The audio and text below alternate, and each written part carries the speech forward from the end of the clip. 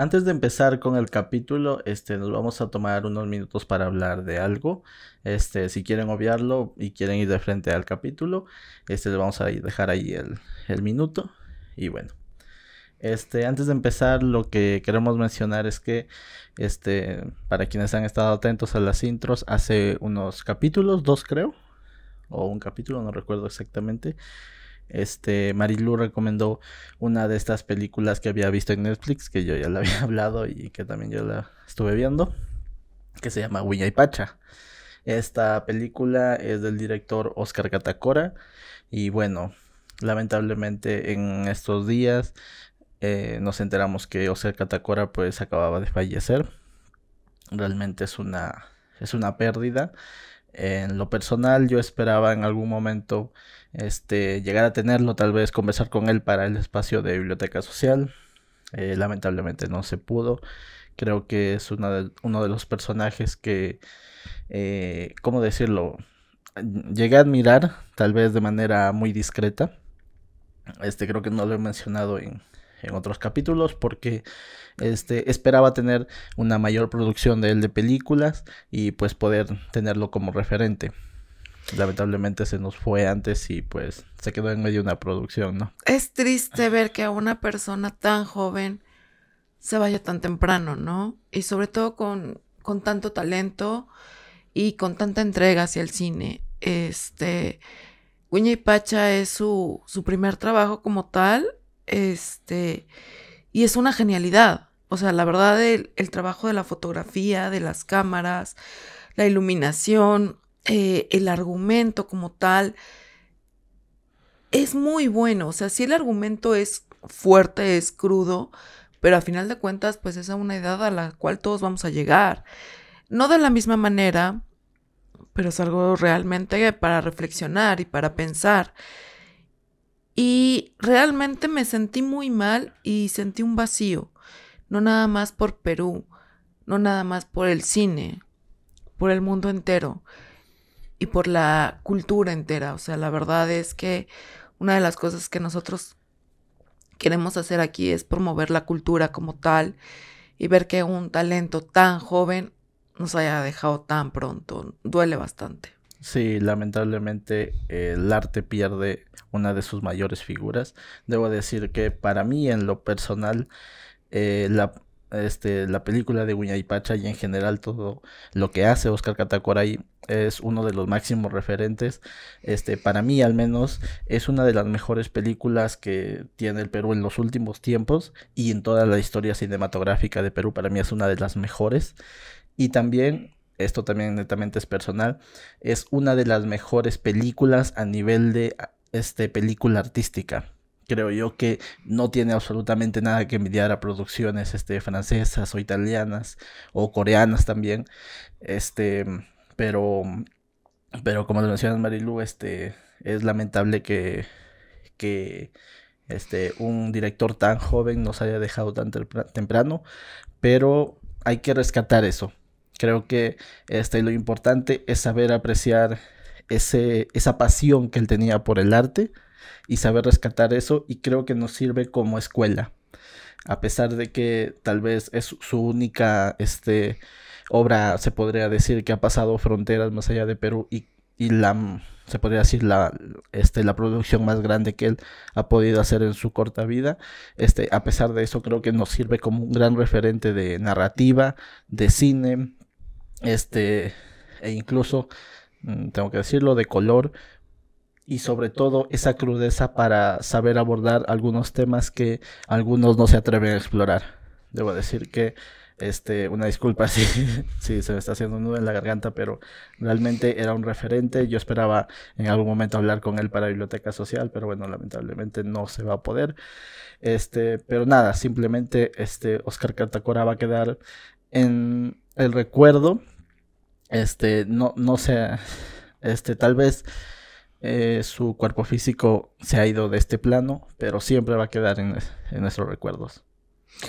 Sí, así es. Y pues sí, la verdad es que sí tenemos uno en la garganta. Estoy tratando de que no se me salgan las lágrimas. Soy muy chillona. Y pues bueno, descanse en paz, un grande. Hasta pronto, Oscar Catacora.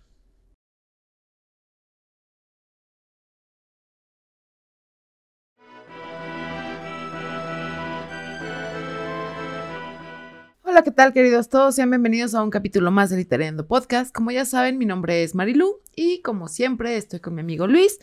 Ambos somos creadores de contenido de la página Biblioteca Social, como ya saben. Y pues bueno, después de esa intro tan emotiva y tan triste, pues estamos una vez más para estar con ustedes. ¿Cómo estás, Luis? Bien, ya un poco más tranquilo, pero finalmente, bueno, tenemos que hablar de los cuentos, que es para lo que hemos venido. Así es, y cuéntanos, a ver, ¿qué cuentos cuentas? Bueno, vamos a hablar de 5 cuentos de Margaret Yourcenar. Ya iremos hablando un poco de ellos y los títulos y todo. Pero bueno, vamos a empezar con el primer cuento, el cual es Cuento Azul. Así es, el primer cuento es Cuento Azul. Y se me hizo un tanto interesante porque de cierta manera y muy sutilmente nos muestran las consecuencias de la avaricia. Sobre todo consecuencias de no entender qué es lo que estás haciendo y de, ¿cómo decirlo? Aprovecharte en todo momento de lo que puedes obtener.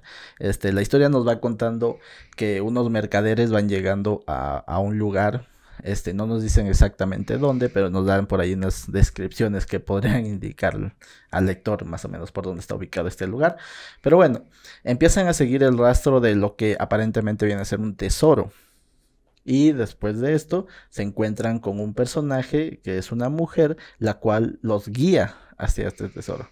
Y nos va narrando la historia que estos mercaderes empiezan a agarrar como puedan el tesoro. Nos describen este tesoro como una especie de piedras preciosas un tanto azules, ¿no? Entonces, van tomando lo que puedan y de paso se llevan también a quien los había guiado, a esta chica. Y algo curioso es que la escritora nos va narrando que esta chica cuando lloraba tenía lágrimas que eran muy coloridas. Nos dice un azul muy colorido, que es lo que ellos notaron cuando sus lágrimas cayeron en el barco. Y entonces, esto es un poco crudo, pero es parte de la historia, que nos dicen que los mercaderes empezaron a buscar maneras de provocarle algún dolor o algún sufrimiento y que ella soltara más lágrimas. Esa parte es muy cruda, pero finalmente cada uno de los mercaderes empieza a vivir cosas extrañas, por así decirlo. Pues digamos que su merecido, ¿no? A final de cuentas. Bien dicen que en esta vida todo se paga y la factura no te la mandan al otro mundo, sino aquí. Entonces, pues es una muestra muy, muy interesante, muy explícita de cómo la vida te puede llegar a cobrar por tus actos, ¿no? Hay unas frases, sobre todo aquí en Latinoamérica, que nos dicen que si hacemos el mal, vamos a avanzar, ¿no? Pero no es cierto, o sea, todo tiene su pago como tal. Te vaya bien o te vaya mal, vas a pagar de una u otra manera. Vas a tener tu pago. Si lo haces bien, ¿cómo será tu pago? Pero si lo haces mal, ¿cómo será tu pago?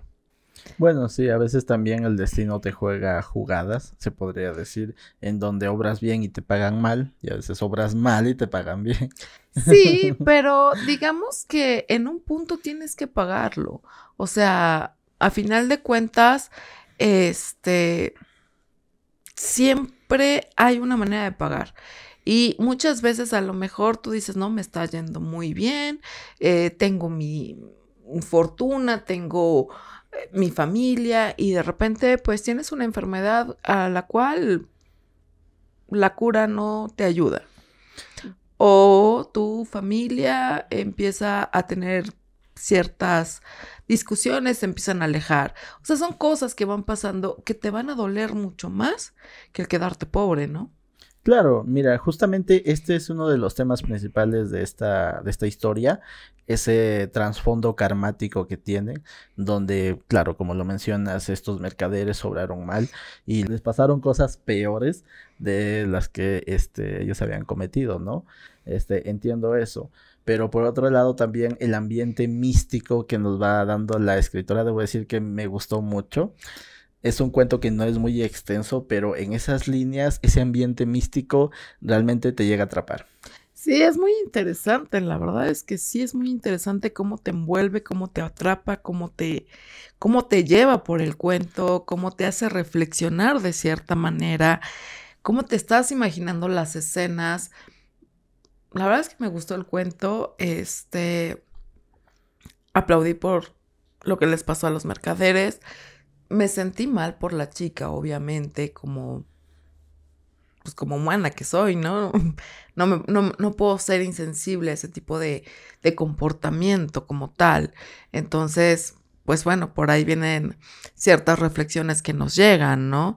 Entonces, pues se los dejo de tarea, lean el cuento y pues vamos pasando al siguiente, que es El Maleficio, que digamos que es uno de los cuentos que más me gustó, no el que más, pero sí uno de los que más.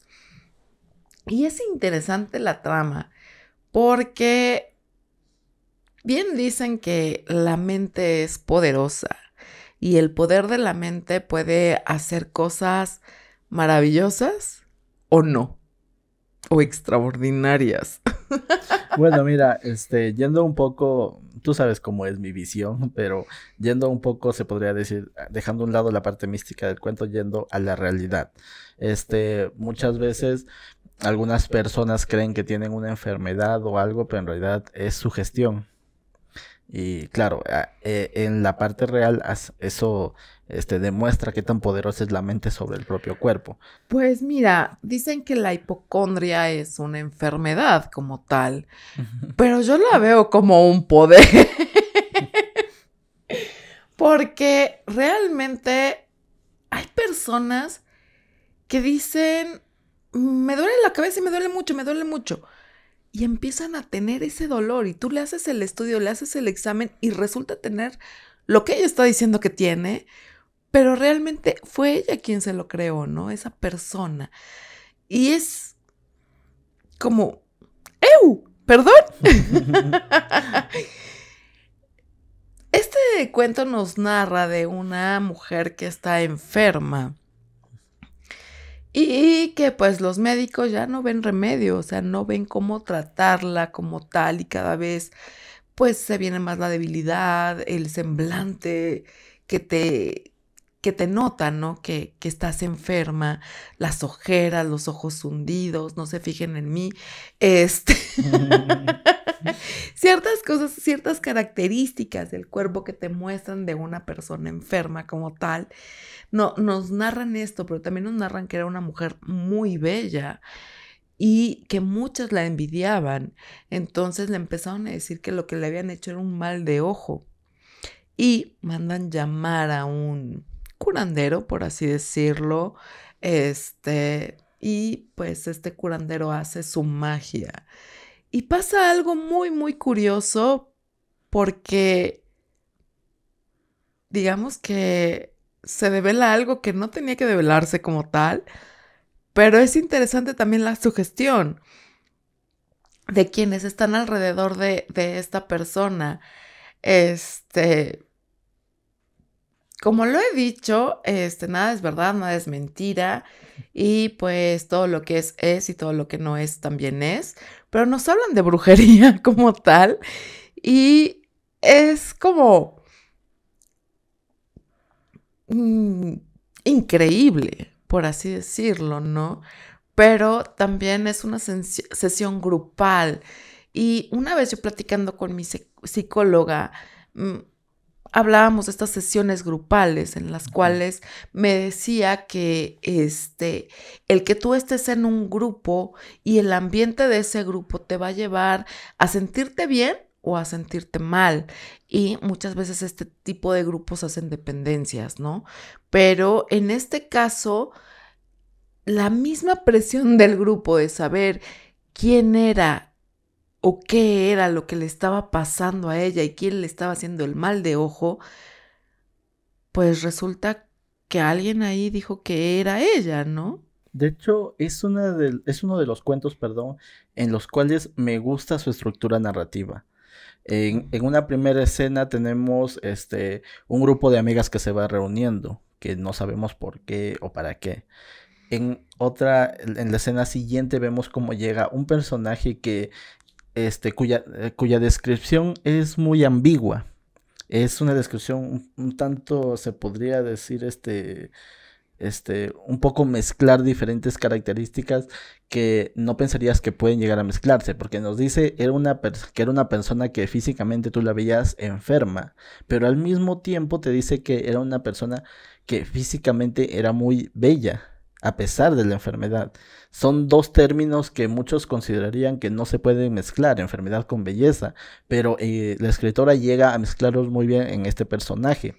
Y después de eso viene se podría decir esta parte mística en la cual llega el curandero y empieza a hablar principalmente con la persona que estaba enferma, que es Amande, la cual pues se supone que está en un grupo de amigos, bueno, de amigas, que se supone con quienes tiene confianza. Y claro, se produce este hecho en el cual nos mencionas que el curandero se podría decir en una olla o algo, no recuerdo bien la descripción, una disculpa, se nos dice que nos va a mostrar el reflejo de quién le ha hecho este maleficio a la protagonista.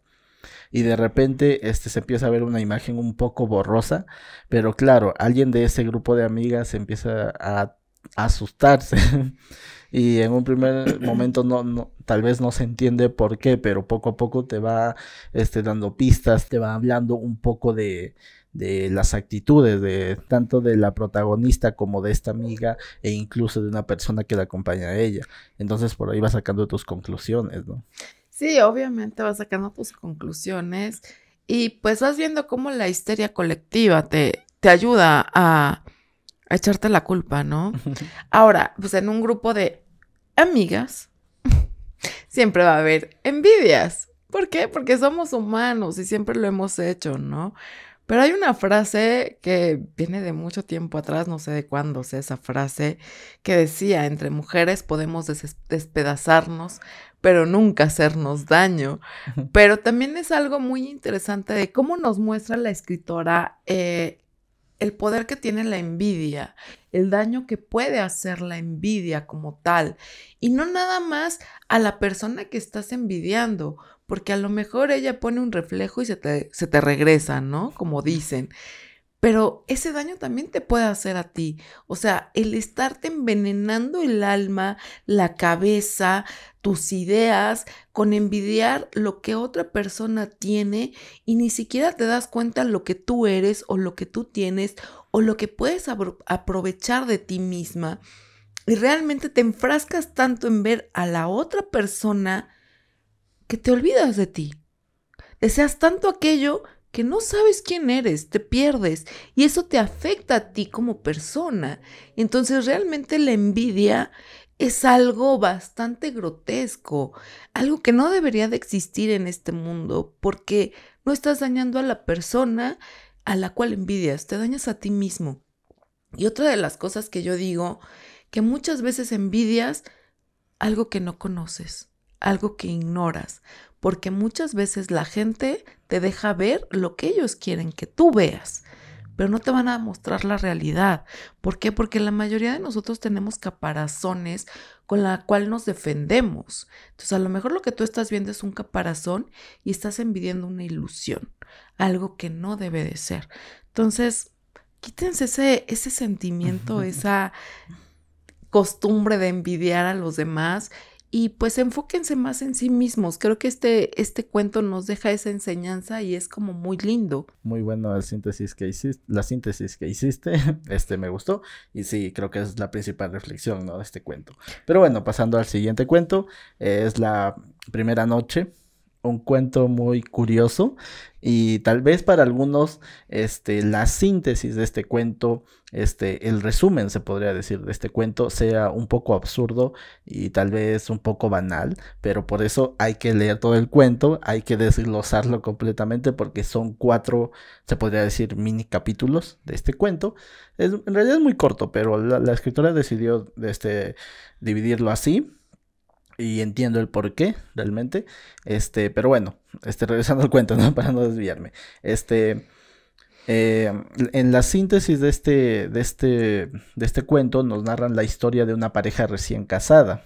Una pareja de la cual creo yo que nos falta un poquito de información con respecto a su noviazgo. Porque nos muestran a partir de que terminaron la boda y todo. Y se están dirigiendo a su luna de miel. En esta historia, el esposo, recién casado, empieza a sacar ideas y conclusiones, tal vez, mejor dicho, hacerse ideas de qué podría pasar en un futuro. Y en algún momento sí llega a ser un poco, tal vez, un poquito, ¿cómo decirlo? Volado de imaginación. Y en otros momentos me hizo decir, bueno, sí podría pasar algunas cosas de estas.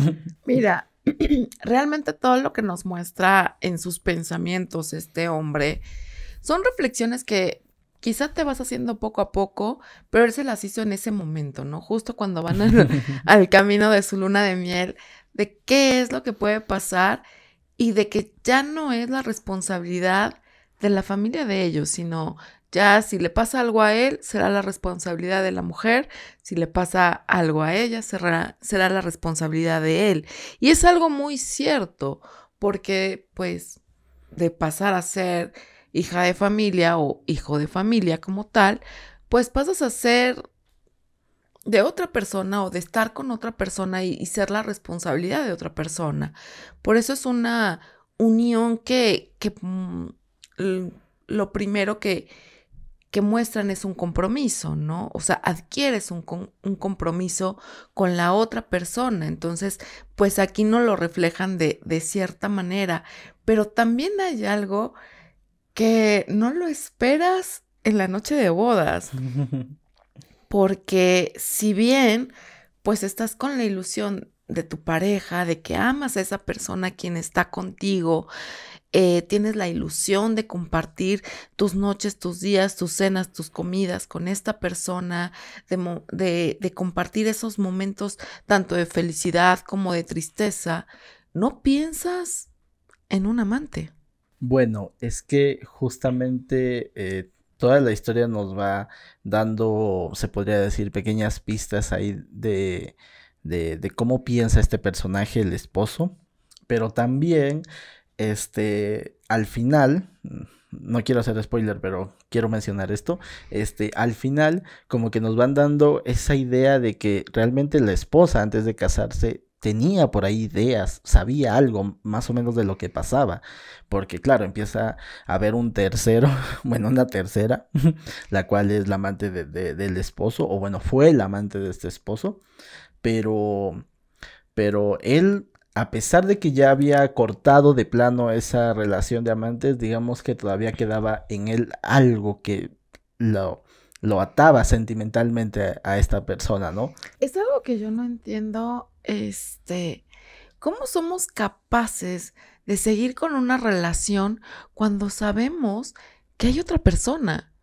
O sea, por lo menos tenemos la idea, pues me paro, me freno y digo, a ver, espérame, ¿no? ¿Qué es lo que, si estoy teniendo dudas, pues mejor no? Aquí le cortamos por lo sano, cada quien por su lado y seguimos felices.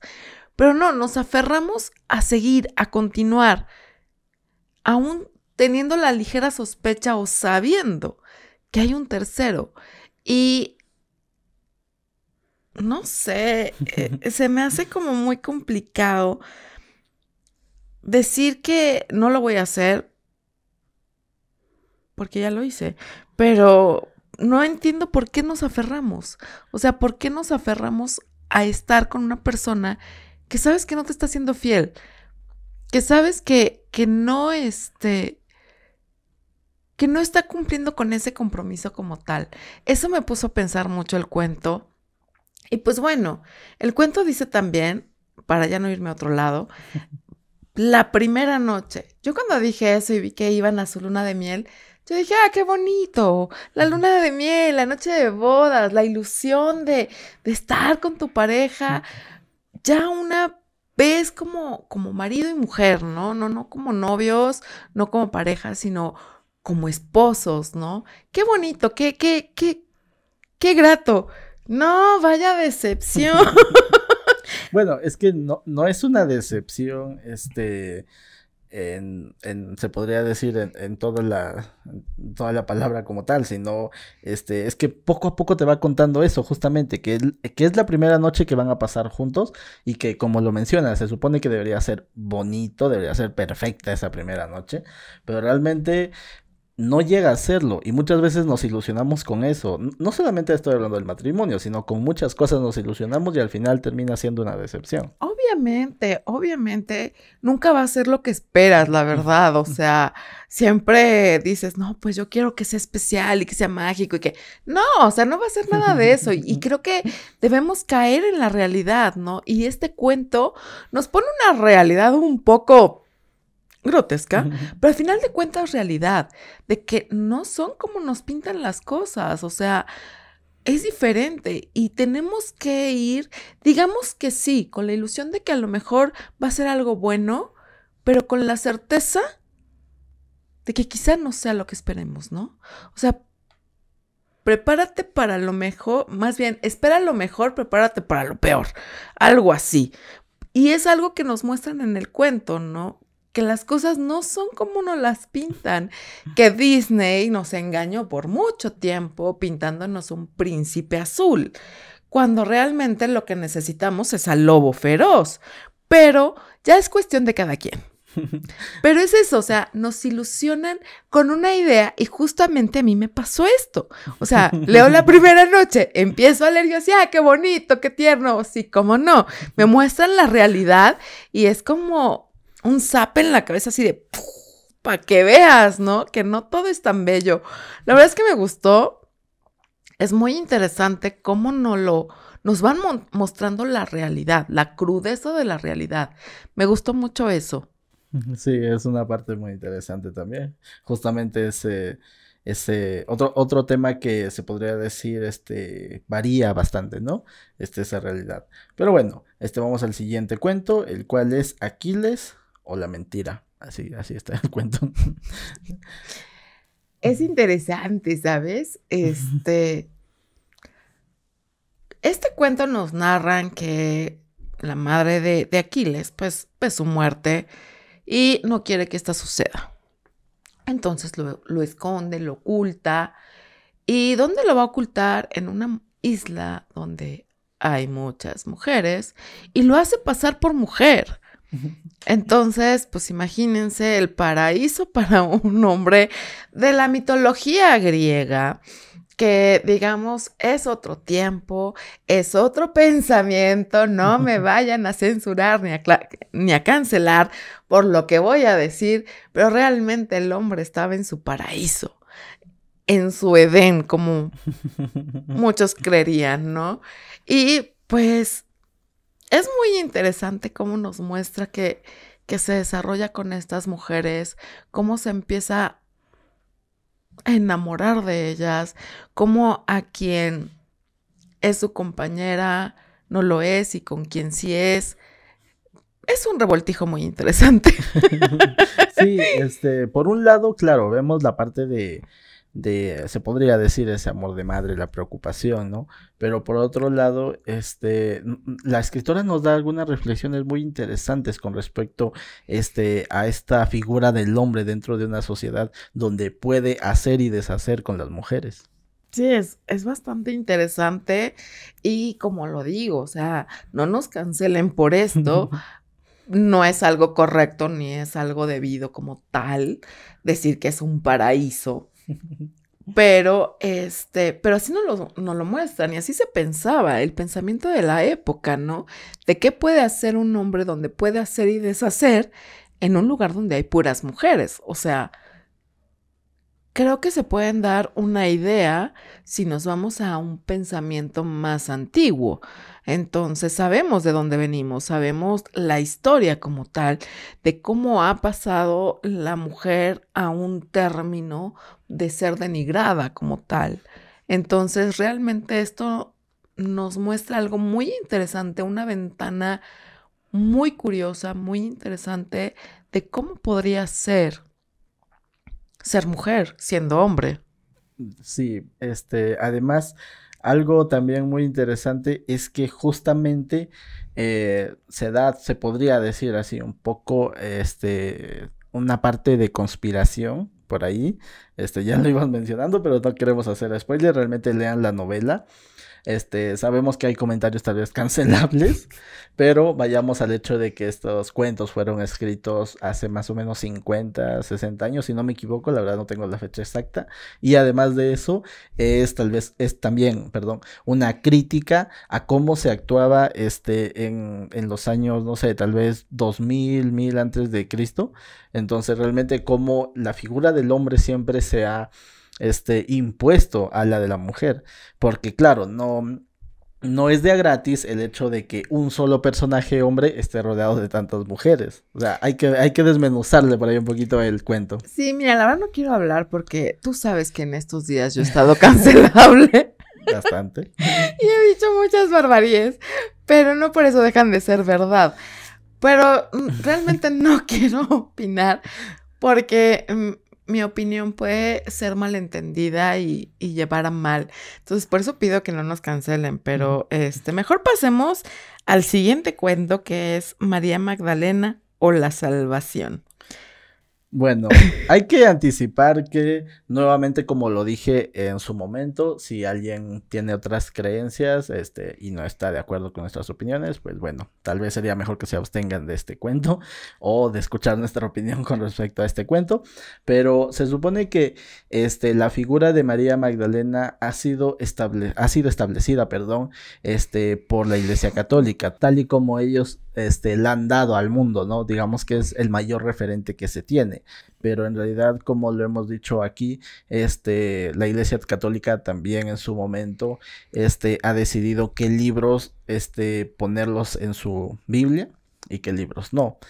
Eso no es una opinión, eso es un hecho, realmente, o sea, incluso ellos mismos hablan de este concilio, ¿no? Pero bueno, no voy a hablar de eso. Pero bueno, es una figura que se ha ido dando a través de la historia, la cual ha mostrado la Iglesia Católica. Pero por otro lado, aquí Marguerite Yourcenar nos narra se podría decir, una historia de María Magdalena, la cual tal vez te lleva hacia la misma conclusión que la Iglesia Católica, pero vista desde otro punto muy diferente y muy particular, debo decirlo. Digamos que cuenta la historia de una manera diferente, pero con respecto a lo que decías de la religión, digamos que sabemos que la religión es un dogma. Y un dogma es, lo tomas o lo dejas. Si lo tomas, no lo cuestionas. Si lo dejas, puedes cuestionarlo, pero respetando. Es lo que se dice, ¿no? Entonces, bueno, yo no tomo el dogma como tal, así es que puedo cuestionar esto. Si hay quienes no están de acuerdo con mi punto de vista, pues pueden saltarse de esta parte también. Pero la verdad es que es muy interesante. Aquí nos cuentan esa historia de María Magdalena en donde la Iglesia Católica, en donde en la Biblia nos cuentan que es una prostituta. Y digo esta palabra porque es la que usan en la Biblia, no me censuren. Entonces, realmente, ¿quién puso a Magdalena así en este papel? La Iglesia Católica. ¿Por qué? Porque no le convenía ponerla en el papel que realmente es. Okay. Ahora... Se cree que era. O se cree que es. Porque no hay un documento, un dato, una prueba fehaciente que Jesús haya existido, que María Magdalena haya existido. Entonces, pues suponemos que es una historia un tanto mitológica como tal. Y como lo digo, la religión es dogma, se toma, se deja. Si quieres creerla, está bien. Yo no la voy a creer. Y estoy en todo mi derecho de no creerla. No juzgo a quienes creen. Juzgo a la manera de hacer las cosas. Pero esta mujer nos cuenta una historia de amor muy interesante por parte de ella, ¿no? Y por parte de uno de los apóstoles de Jesús, el favorito de Jesús, Juan. Entonces, nos hace un enredo entre Juan y ella, y que ella pierde a Juan por Dios, y que ella le quería enseñar a Juan que ese Dios era tan solo un hombre. Y con 2 frases, esta mujer lo hace hombre y lo hace humano. O sea, de verdad, una forma muy interesante. Me encantaron esas 2 frases. Que me gustó bastante cómo lo muestra y cómo dice, es un simple hombre, pero a final de cuentas ella cae rendida a los pies de él y dice, lo entregué todo por nada. Es algo muy, muy interesante y es algo muy cierto. Otra de las cosas que nos dicen que me quedó muy, muy pegada fue que el solitario se refugia en Dios. Y eso es cierto. Conozco muchas personas que son como muy solitarias en su vida o que han pasado por una situación un tanto fuerte, que se sienten aisladas, se sienten solas y encuentran ese refugio en la iglesia, en Dios o en quien quieran creer, ¿no? Por un lado está bien, es su creencia, su idea, pero también hay que reflexionar esa parte, ¿no? Porque realmente, ¿qué te está haciendo? ¿Qué te está llevando a creer?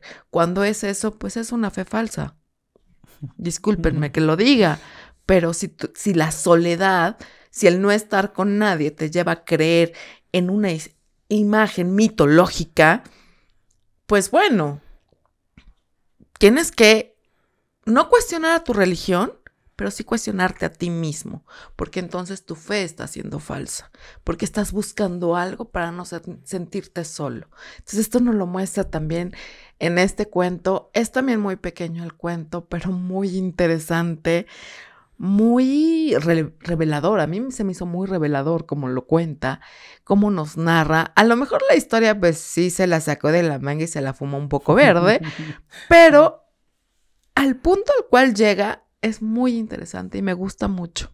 Es que, como lo hemos dicho aquí ya en otros capítulos, de manera personal, nos gusta que también agarren personajes que son parte de una historia o de una creencia o algo, o personajes que sí existieron, y que le den otro enfoque.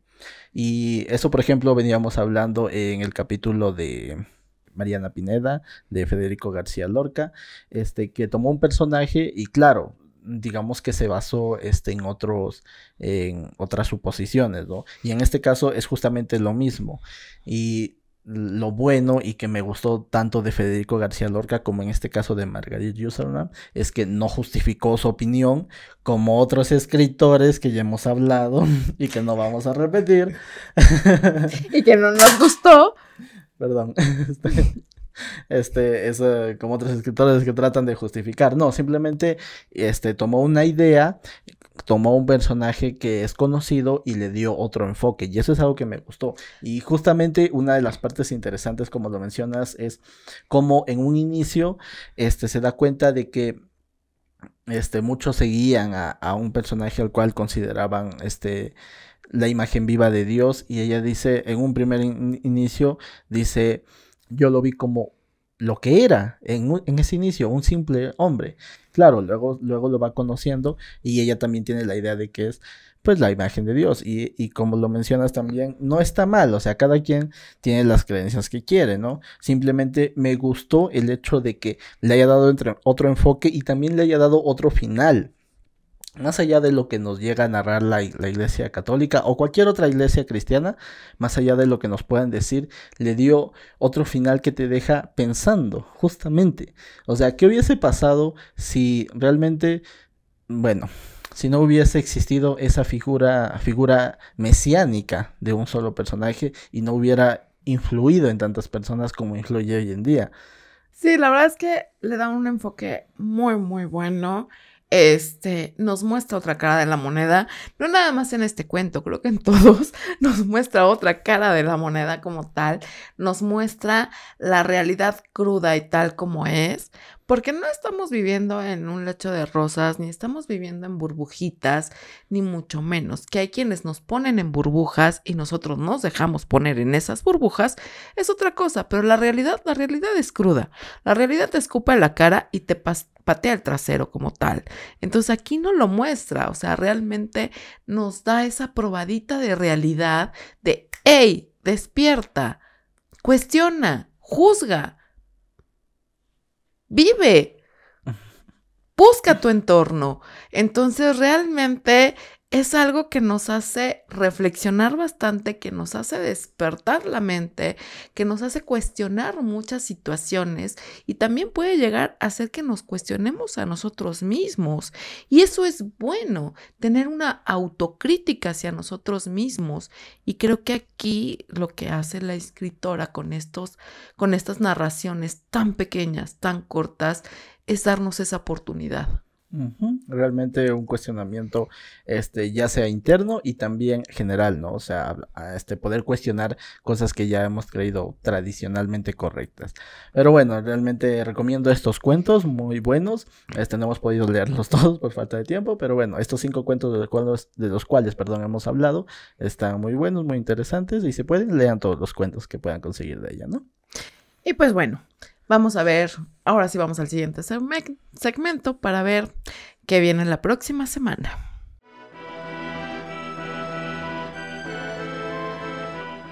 Y bueno, queridos todos, ya estamos aquí de regreso para saber qué vamos a hacer la próxima semana. Y para eso, pues bueno, Luis nos va a contar qué vamos a hacer. Bueno, la próxima semana es la última lectura de esta temporada. Es una novela, realmente es una novela no tan corta, bueno, tampoco larga, pero bueno, esperamos que tengan la oportunidad de leerlo, ¿no? Se llama Nudo de Víboras y es de Francois Mauriac. Espero decirlo bien, de todas maneras ahí va a aparecer el nombre, ¿no? Pero bueno, una novela que su descripción se nos hizo interesante, así que vamos a leer un pequeño fragmento para que se interesen por la lectura. Dice: quisiera que, a pesar de su bajeza, sintierais lástima de este enemigo de los suyos, de este corazón devorado por el odio y por la avaricia. Quisiera que interesara vuestro corazón. A lo largo de su amargura, tristes pasiones le ocultaron la cercana luz, de la cual, a veces, algún rayo le tocó e intentó quemarlo. Sus pasiones. Pero primero, tener piedad de los cristianos mediocres que le acecharon y a quienes él mismo atormentó. ¿Cuántos de entre nosotros rechazarán así al pecador y le apartarán de una verdad que, a través de ellos, no ilumina nada? No, no era el dinero lo que este avaro acariciaba, no era la venganza de lo que este hombre estaba hambriento. Conoceréis el objeto verdadero de su amor, si poseéis la fuerza y el valor de escuchar a este hombre hasta la última confesión que interrumpe la muerte. Vamos a ver qué nos quiere contar este avaro en el próximo capítulo. Bueno, está muy interesante, la verdad, me dejó un poco intrigada, pero ya vamos a leer la novela y lo contaremos la próxima semana. Quiero decir que estoy emocionada y a la vez, pues triste, porque pues ya llegamos al final de año, llegamos pues obviamente al final de la temporada y pues siempre deja un dejo de no querer dejarlo, ¿sabes? Pero bueno, pues si les ha gustado este capítulo, les pedimos que nos regalen un like, que nos ayuden a compartir este contenido y el de todo Biblioteca Social, que se suscriban al canal, que le den a la campanita y que nos llenen con mucho, mucho amor. Sí, a pesar de que este próximo capítulo va a ser la última lectura como tal de esta temporada, no va a ser el último video, vamos a dejar por ahí un poquito de material, para cuando nos tomemos ese tiempo, que espero un poco de vacaciones y un poco de trabajo también, esta vez sí, pero, estamos alegres, contentos realmente por todo lo que ha pasado en esta temporada y hablaremos en uno de esos capítulos, pero bueno, también recuerden que nos pueden seguir en nuestras cuentas individuales, a mí como Luis Brarbe. Y a mí como Marilu-PS. Los esperamos en el próximo capítulo para la última lectura. Adiós.